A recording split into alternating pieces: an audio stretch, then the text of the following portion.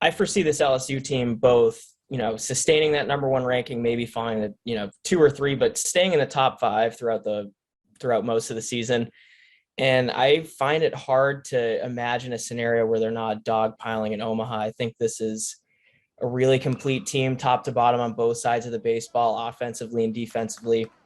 And I think the key factor in managing expectations comes from the top with the coaching staff. They have a great coaching staff with Jay Johnson and Wes Johnson, and everyone else on the staff is going to do a really good job managing that clubhouse, I think. So they're in a really good spot in all three phases to have a pretty special season. Yeah, it's Jay's second year now. Would you attribute this roster to like his ability to recruit or hold guys together? Or, I mean, how did it all sort of come together in just 2 years now to where they're at this point? That's a great question. I think you have to give a lot of credit to Coach Johnson. I think he's built a really appealing environment. I think LSU has always been somewhat of an easy sell with the historic coaches they've had there with Coach Maneri before Coach Johnson. But no, Coach Johnson did a great job at Arizona. He's a great recruiter. As you know, he's been to Omaha twice with Arizona. He brings a lot of experience. And I think bringing in Coach Wes Johnson from the Twins is a really, really appealing factor for pitchers, both in the transfer portal and in the future in recruiting, because I think that while they might not get this much hype or be this good on paper in future years, this is almost going to be impossible to replicate, I think, in all of college baseball. But I think that they're set up for a really sustainable period of success with the ingredients that he has. So I think a lot of the credit does go to Coach Johnson, but I think he also has a great nucleus of players that are returners that we're able to kind of, transfers we're able to look to and say, hey, I want to play with Dylan Cruz. I want to play with Trey Morgan, guys like that. So I think that there's a lot of credit to go around. Yeah, Cruz, the consensus for you guys is the number one draft pick this year. But tell me somebody else in this roster kind of excites you as like, this is a guy that you can't wait to see play this year. Again, top to bottom, it's so hard just to pick one, but Paul Skeens is probably the second most exciting in my eyes. I think he's as close to a true two-way professional player as you have in all of college baseball. I know this fall was really loud, particularly on the mound for him. His fastball, I saw on Twitter, was up to 100. The slider's taken a huge leap forward. His changeup is still a plus pitch. And I think that goes to Wes Johnson and his ability to work with pitchers and get the most out of them. And I think he's going to DH when he's not starting. So I think that while Cruz is the favorite to be the number one overall pick, it would not shock me if Paul Skeens actually hears his name called first overall. The other thing that stuck out to me is there's like 6 or 7 SEC teams in your guys' top 11. How much above that pack would you say LSU is, or how close is it? That's a good question. I think that the SEC, just like any other year, is super deep with teams like Vanderbilt, Ole Miss, Arkansas, Tennessee now. So I think that they're just going to be beating up on each other all year. I think that Coach Johnson will tell you and the players will tell you there's no real cakewalk series in the SEC, no matter how stacked they are on paper. So I don't think that any team is really leaps and bounds above the others, but I do think with the team that LSU has that it's really hard not to give them that number one nod. So I think that they're slightly above a team like Tennessee, Vanderbilt, Texas A&M, but I think that there are going to be a lot of really fun series in SEC play this year. Do you have any intuition on what you think their rotation will look like between Friday starters or weekday guys? That's a great question. I'm not jealous of Coach Johnson kind of figuring out who the odd man out is going to be, because some of the guys they brought in could be Friday starters anywhere else. But I think that you can definitely count on seeing Paul Skeens and Thatcher Hurd in there. I don't know where it'll slot in on the weekends, but I think those two are pretty safe bets you can count on seeing. And then the third one is, in my mind, up in the air. I think Ty Floyd is a guy you can't ignore. He's a proven veteran on the staff. He's got great stuff. He had another great fall.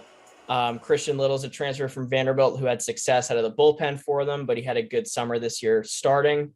Grant Taylor was one of the most impressive arms I actually saw in the Cape League this year. Actually, the most impressive arm I saw in the Cape League this year. Fastball up to about 97, 98 with life. Hammer breaking ball. So it's like kind of pick your poison with who that third starter and who that midweek guy is going to be, because if LSU's trotting out someone like Christian Little or Grant Taylor on a Tuesday, it's almost unfair. You're telling me McNeese doesn't want to see Little on the mound on a Tuesday when they're tripping to Baton Rouge? I don't think so. Who do you see as kind of the biggest competitor, or someone that LSU is going to have to watch their back and make sure that they're going to take care of business against and kind of creeping up against them?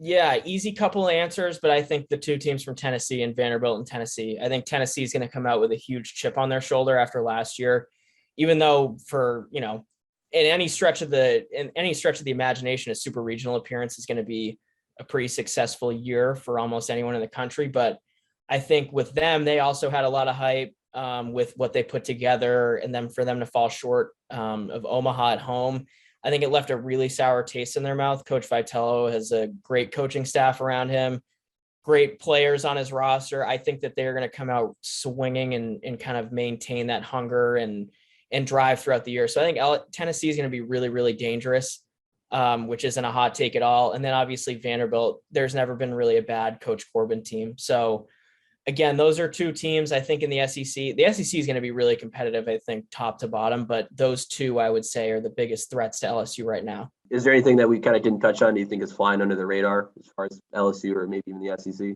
No, not much. I mean, it's just so crazy. Like in talking, I didn't even get to mention Trey Morgan, who's the best defensive first baseman in college baseball. Josh Pearson's a great returner who contributed as a freshman.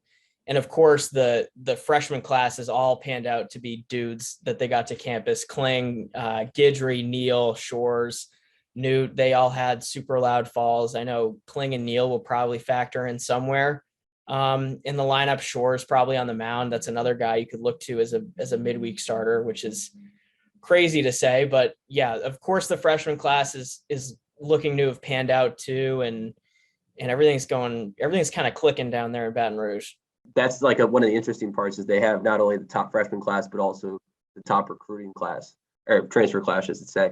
So how do you kind of gel those together and kind of build sustained success where you're getting guys in as well as making sure that those guys who are transferring are getting the time, because that's why they came here to play the rest of the college career. Yeah, I think one of a big reason why LSU is getting the hype that they are is because of their use and being the beneficiaries of the transfer portal to some extent.